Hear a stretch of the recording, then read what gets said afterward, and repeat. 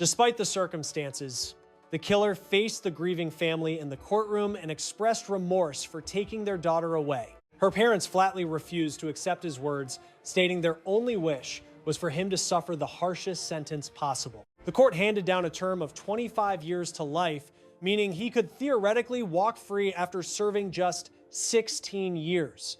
The board rejected his initial bid for freedom in 2023, keeping him behind bars, though the possibility of his release looms on the horizon. Her father and loved ones have sworn to oppose his parole hearings with everything they have whenever the opportunity comes up. It is heartbreaking to say, but her mom died of cancer only 8 years after the trial concluded. Her hometown built a little park to honor Stephanie, a place where her folks still go to keep her memory alive. If this story hooked you, please show some love by hitting the like button and subscribing. We release new case files every single night. Catch you next time, stay safe, and watch your back. A college co-ed headed out for a night of fun and vanished off the face of the earth without leaving a crumb. Law enforcement jumped on it straight away and started digging up one disturbing lead after another. But as the days turned into weeks, every single promising avenue ended up hitting a brick wall. The investigation stayed ice cold for a dozen long years before detectives finally cracked the code.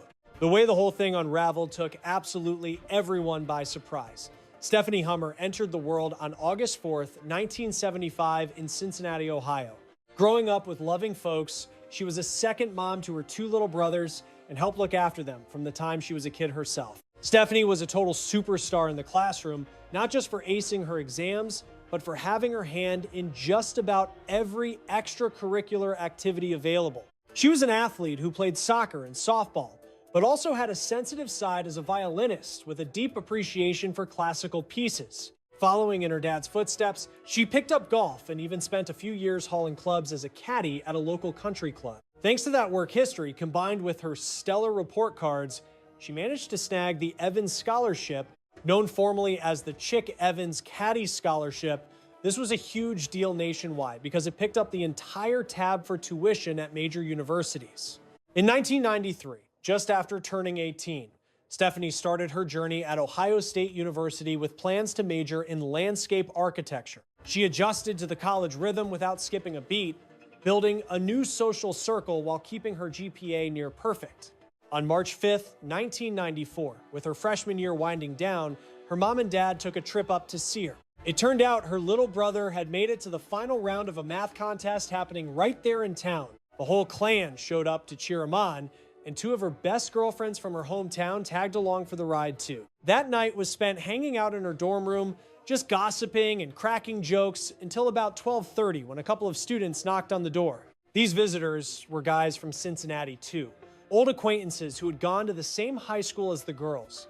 Around 3 in the morning, the guys mentioned a party back at their place about a 15-minute trek away, so the whole group decided to make the move. Midway through the walk, one guy tried to be slick and hop a fence for a shortcut, failing to spot a jagged piece of metal in the shadows. He ripped his arm open pretty bad, so both guys decided to sprint back to their dorm to patch it up, leaving the young women standing there alone. Once the guys took off, Stephanie's friends figured the night was over and they were just going to bail on the party. It was super late and they had to drive ahead of them the next day.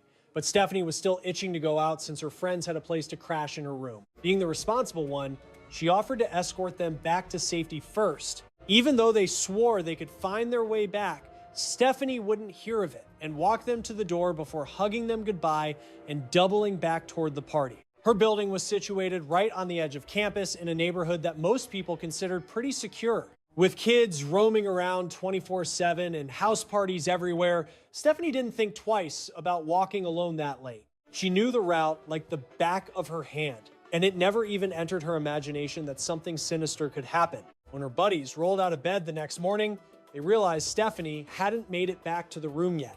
Initially, they didn't panic, assuming the party raged on all night or she crashed on a couch at the guy's place and would stumble in soon. However, as the clock kept ticking forward, there was absolutely zero trace of her anywhere. Her friends needed to hit the road that afternoon and started getting anxious, figuring even if she had slept over somewhere else, she would have been back ages ago to see them off. By the time noon rolled around, they were full on panicking and went straight to campus security. The authorities got a hold of Stephanie's folks, who were already driving home and dropped the bomb that their daughter was nowhere to be found. Her dad got on the horn with the Columbus PD instantly, and they officially filed a missing persons report. The second detective started working the file. They got a tip from other officers about a dispatch call that came in just a few hours prior. Around 10 that morning, a railroad worker inspecting the tracks a few miles from campus spotted a strange shape in the overgrown brush. He paused to squint at it, thinking it was a discarded mannequin at first, before the horrifying realization hit that it was a young woman's body. He radioed it in immediately, and his crew got on the line with the police. When the cops showed up, they discovered the victim was mostly naked, wearing nothing but her shoes and socks, with her undergarment wrapped tight around her throat. Since there wasn't a purse or ID anywhere in the vicinity, they had absolutely no way of knowing who she was right then and there. The spot where she was dumped was known for being sketchy, a notorious hangout for drug deals and streetwalkers once the sun went down.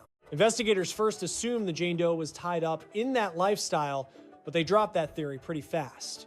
One detective suggested she looked like she could be a college kid from Ohio State, so they reached out to the university police. Not long after, they found out Stephanie had just been flagged as missing and managed to get her dad on the line. He gave them a rundown of what she looked like, and the detectives knew in their gut that the victim was almost certainly Stephanie. Her folks turned the car around right then and there, heading straight back to Columbus. They drove directly to the morgue and had to face the heartbreaking task of identifying their daughter.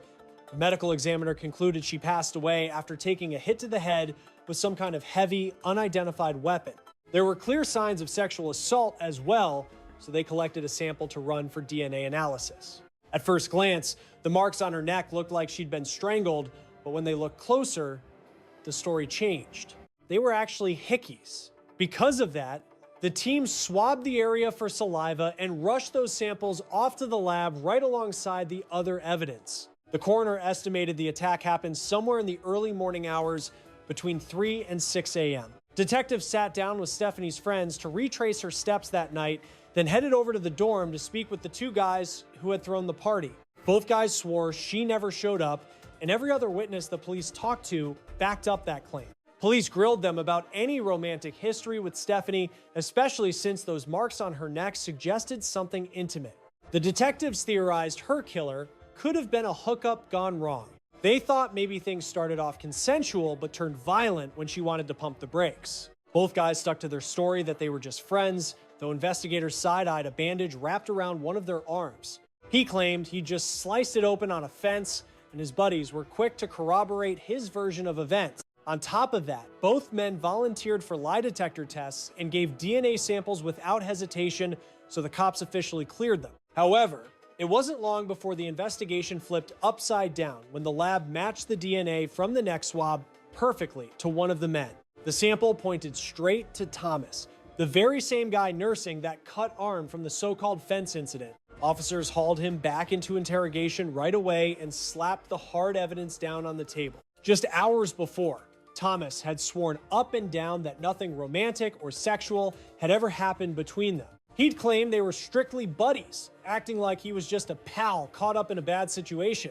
But once the detectives started turning up the heat, his narrative changed in a big way. Suddenly, he admitted they had been hooking up that night, a detail that definitely made the cops suspicious. Flipping the script like that looked terrible, mostly because it flew in the face of everything he'd said earlier. It also meant he had purposely hidden a massive piece of the puzzle from the investigation. Every other person hanging out in Stephanie's room that night swore they didn't see anything like that go down. No one heard any gossip, saw any kissing, or noticed a single thing that hinted at romance. Thomas tried to brush it off, claiming it had simply slipped his mind to mention the kiss. He swore it was a quiet moment on the couch while everyone else was occupied nearby, but the detectives weren't buying it. They got the feeling he was only spilling the beans now to save his own skin, not to help the case. Police wondered if maybe he'd run into Stephanie later on, catching her while she was walking alone in the dark. That theory still had plenty of holes, but just as they were zeroing in on Thomas, the case took another wild turn. The lab finished analyzing the other DNA sample found on Stephanie, and the results completely shattered the case against Thomas. The genetic profile didn't match him in the slightest. Instead, it belonged to some complete stranger. This mystery man wasn't in the national database and had no criminal history, forcing police to cross Thomas off their suspect list. Since the hard science pointed to a totally different attacker, investigators decided to go all out, collecting samples from every single guy in Thomas's dorm to check for a match. Unfortunately, not a single one of those swabs matched the evidence found on Stephanie.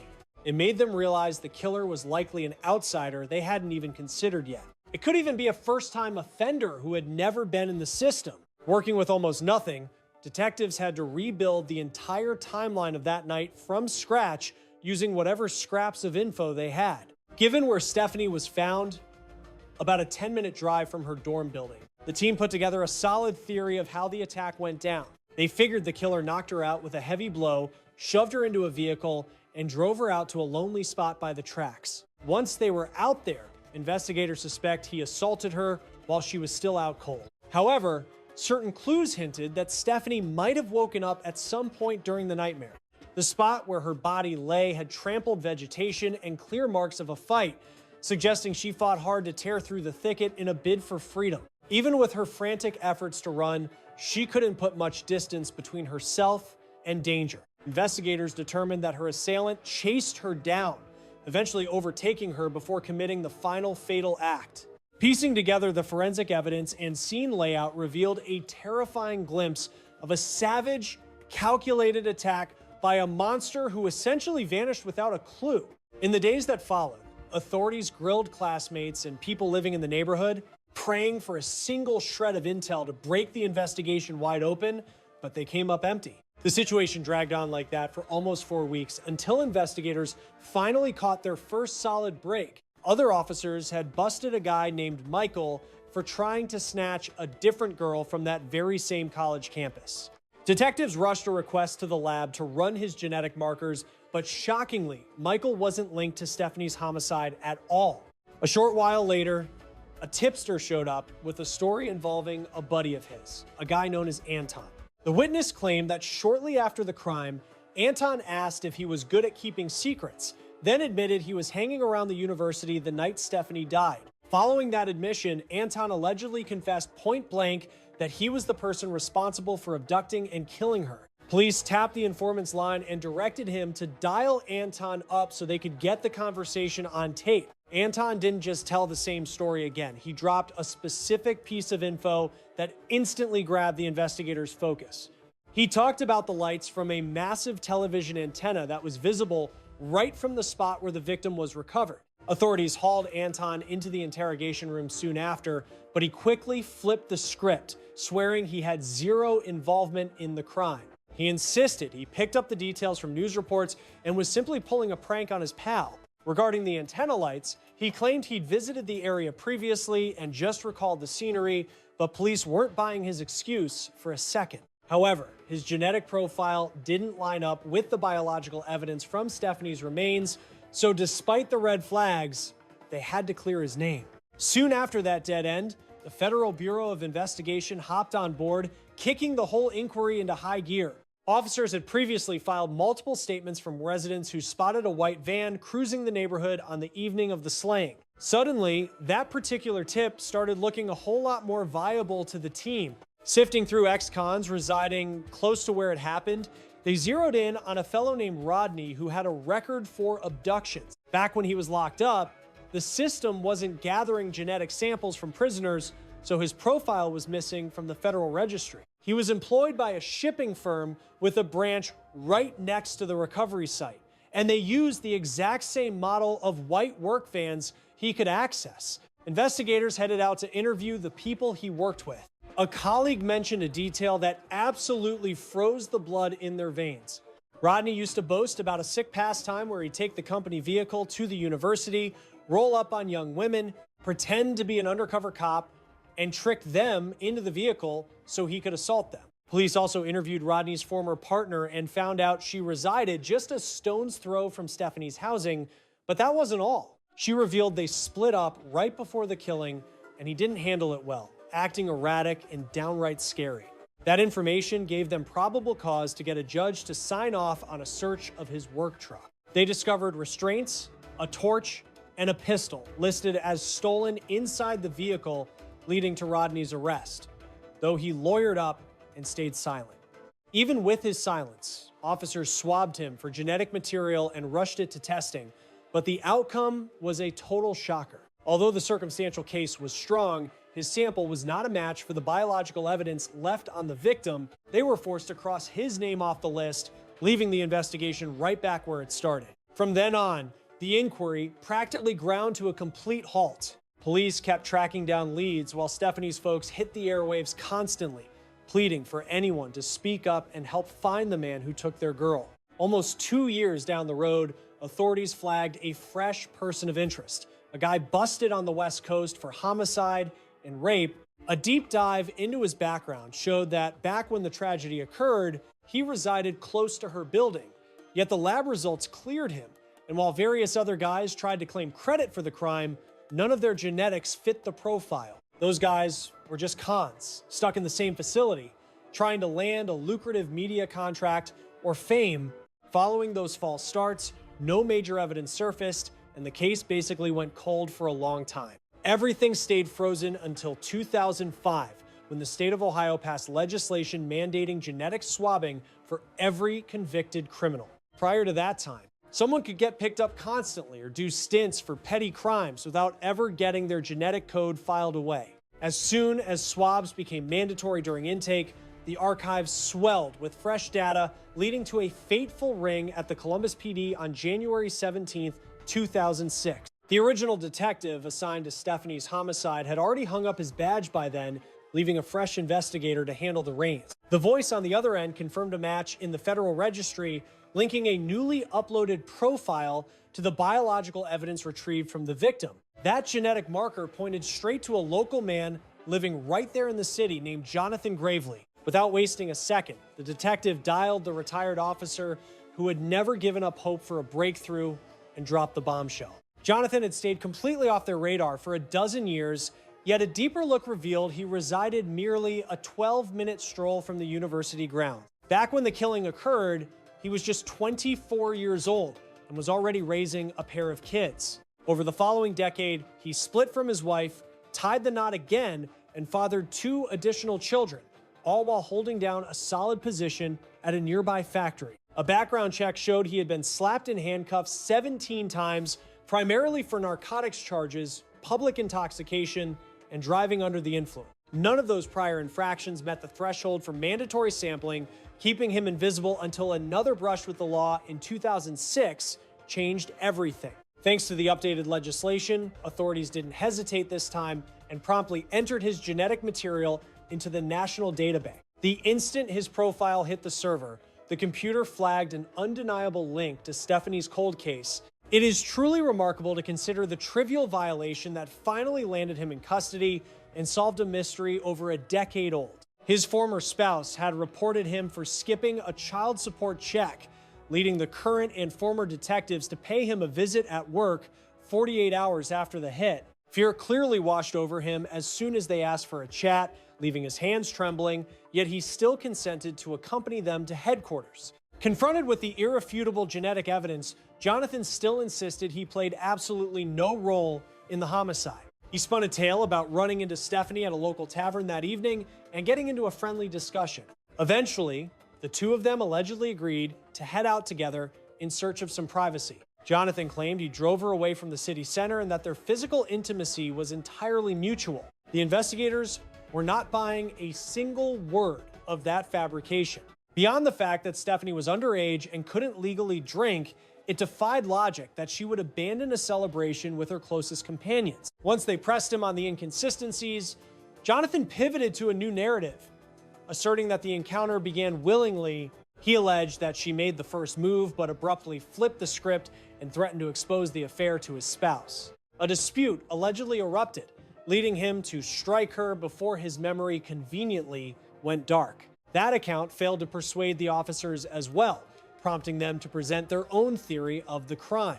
They surmised that Jonathan targeted Stephanie while she was making her way to a dormitory gathering. Driving a white van back then, authorities suspect he rolled up next to her on a deserted stretch of road. He likely started with an innocuous question, such as asking for directions to get her to lower her defenses. Authorities believe he then bashed her skull, rendering her defenseless, before tossing her into his vehicle and transporting her to the remote spot where she was ultimately discovered. He removed her clothing and violated her while she was out cold, but she eventually came to and managed to scramble away. Jonathan pursued her, tackled her to the dirt, and relentlessly bludgeoned her head until her heart stopped beating. While he would not cop to the kidnapping charge, he admitted to ending her life, which was enough to book him and send the file to the prosecutor. The magistrate made a massive statement by setting his bond at an astronomical $1 billion.